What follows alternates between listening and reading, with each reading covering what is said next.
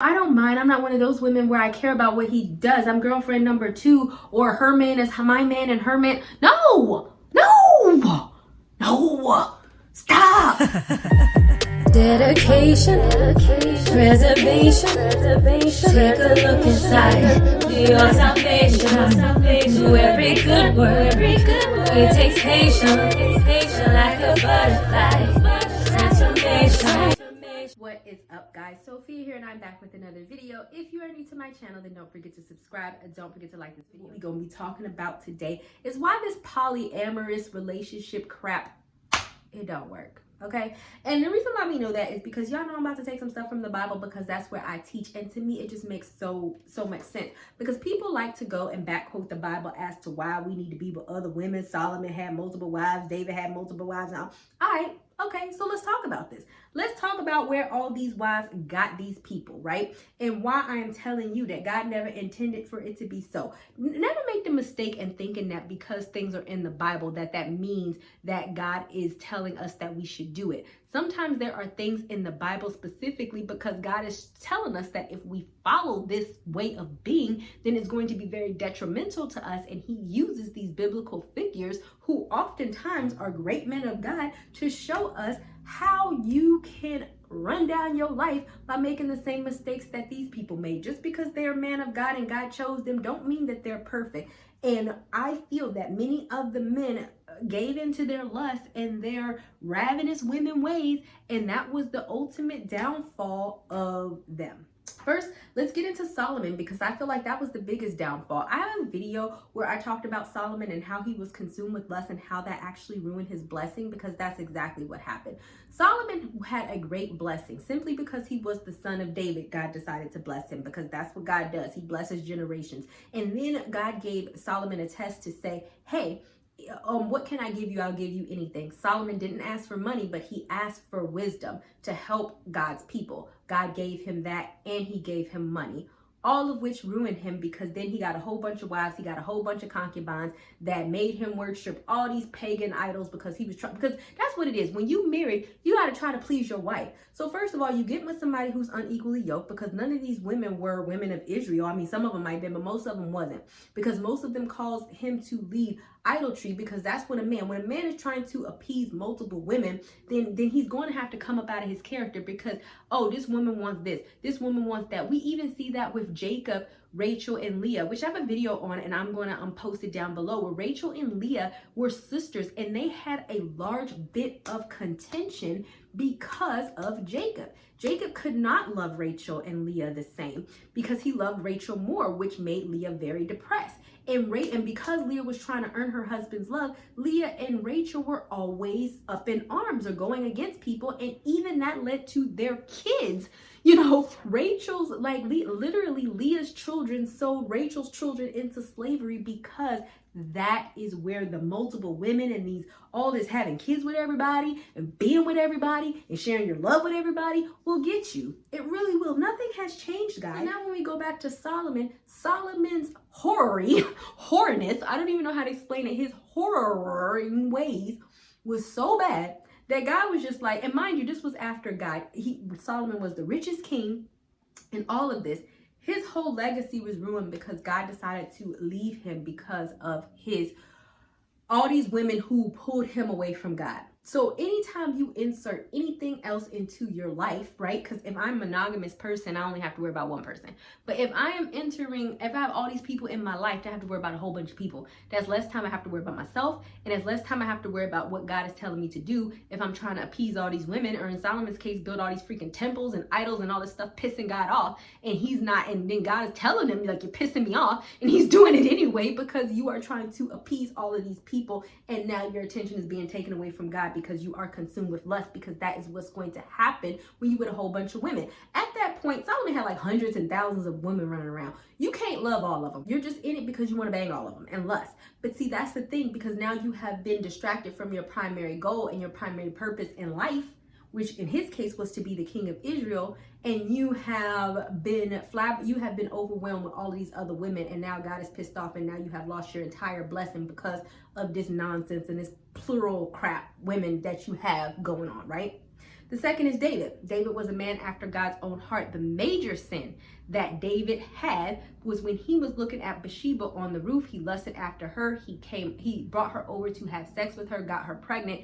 Then he tried to cover up his sin by pulling her husband from the battleground and tried to say, hey, sleep with your wife. The husband refused because he was an honorable man. And then David had to cover up the sin that he had slept with another man's wife and got her pregnant. And then he had her husband killed to cover up his sin.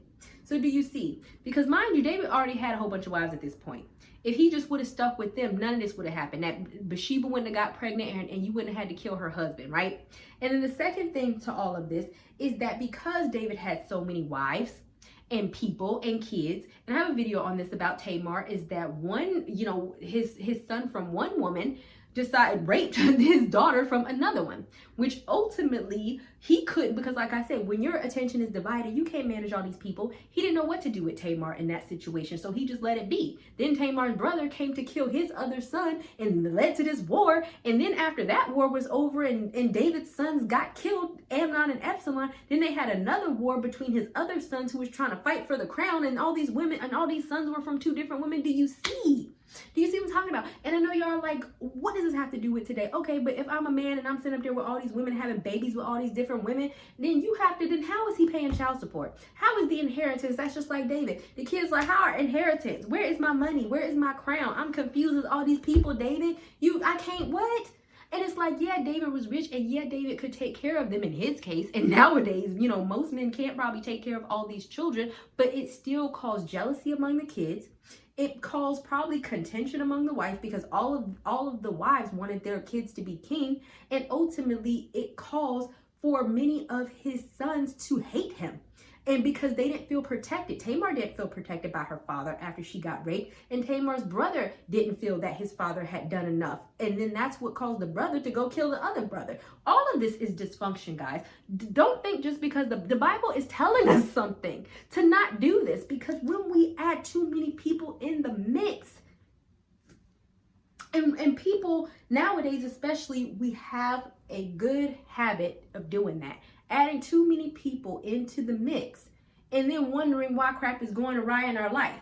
And then, well, God messed up. There was David and there was Solomon and they all had other wives and it all went really bad. So that's the model that you're going to follow, right? And then we have Abraham. So let's get into this. So Abraham didn't necessarily marry Hagar. Hagar was his servant, was his wife's servant that was forced. I don't ever want to undermine that. A lot of people have issue with Hagar, but I'm never going to undermine the fact that she was a slave and she was forced to have a baby with Abraham. And then his wife got mad and got jealous and made her life a living torment because guess what? Even in the case of two women with one man, and Hagar didn't even want Abraham, it's just not going to work because women are very jealous and territorial over their men, and it's not meant for us to share. And even God said, I concur, Hagar, go off into the desert and I will make you and your son into a great nation. And Abraham and Sarah, I'm going to fix y'all marriage. But God, make no mistake about it. And I have a video on that I'll link down in the description box. Make no mistake about it that God specifically told Hagar to leave, and he instructed Abraham to send Hagar off because it was too much of a contention between Sarah and Hagar. And God, and mind you, Abraham had the covenant with Sarah because that was his wife. Hagar was the concubine. So God said, one of y'all got to go. And the person who got to go is the person who ain't in the covenant, even though, she was forced, but that's just what it is because God knew that this wasn't going to be a prosperous situation. You have to imagine how jilted, because the Ishmaels are currently the Muslim faith, and then the Isaac Jewish, and then the Christian faith. So now to this day, we have contention between the two just because of this foolery that happened between these people and this love hexagon triangle thing that they got going on. We have problems today due to this. So I hope that you get where I'm going with this, is that I'm making it very abstract, but I want you to understand that no, we don't need to enter to these situations of, let me be with everybody. Let me sleep with everybody. It's okay to be non-committal, non-monogamous. Everybody could be in a relationship with everybody and it's going to be fine. Where did that ever turn out okay? Where? I would love to know. Where did it all turn out hunky-dory for everybody and did not have long-lasting consequences in the Bible or whatever the case may be? Where? Because believe it or not, and this is a true story, the last marriage proposal that I got, I don't tell you guys like everything, I know, and I was single, but I had known this guy for 18 years and he had come to the conclusion that now I was the one for him and that he wanted multiple wives and that he wanted me to be one of two. Stop playing. But if I was a fool, and I'm pretty sure many people are out here like this, right? Because he was trying to convince me why monogamy, blah, blah, blah, doesn't work. If I was a fool, I'd be like, oh, well, at least I have a husband, knowing where this will lead. Because it's like, I had known him for 18 years, and in 18 years of us, we were never together, we're friends. But out of 18 years of him trying to pull this off with other people, it ain't never went well for you. So now you want to bring me into the mix because you're like, oh, well, Sophia, you're a stable person, so maybe I can have a poly plural. No. Here's how this needs to go. You know, as I always say, as women, yes, we should date more than one man in the dating phase. The dating phase should not be years. The dating phase should be, you know, you shouldn't be, oh, I'm dating multiple men for 5 years. And no, why, right? The dating phase should be a situation where you are determining who you want to be with. Once you make that determination, you commit to that monogamous relationship, not, oh, well, I'm just gonna be dating, 5 men forever, and I don't want a monogamous relationship with any of them, but I want to stay, I don't want a monogamous relationship with any of these men, but I want to be with all of them 5 years down the line. Ew. Or better yet, I've been dating a man for 5 years and he's dating a whole bunch of us and he hasn't made his decision on who he wants to be with. And so now I'm stuck in this situation where I'm just waiting on the side, waiting for him to pick me. Or, I don't mind. I'm not one of those women where I care about what he does. I'm girlfriend number 2, or her man is my man and her man. No, stop. I don't even know how to end this video, y'all, for real. Because I feel like I've just seen that this is this new age world order crap that's coming along, and we're trying to tell ourselves as human beings that, oh, we're not made for monogamy, but we are. I think that as people made from God, really, we are one of the only species that, when you really study our DNA and how we attach to people chemically when we sleep with them, and the fact that we don't just have sex to reproduce, right? Because most animals do. We are made for monogamy. God specifically made our DNA to have a connection because we were made in God's likeness, body, spirit, and soul. Just like God connects with us on all of those levels, we were made to connect with one person on all of those levels, right? Because we have a deeper meaning. Spreading ourselves too thin, like you just saw with all these people, and these are just 3 men in the Bible, always has catastrophic consequences. Never does it come out well. And that's why for women, don't believe the hype.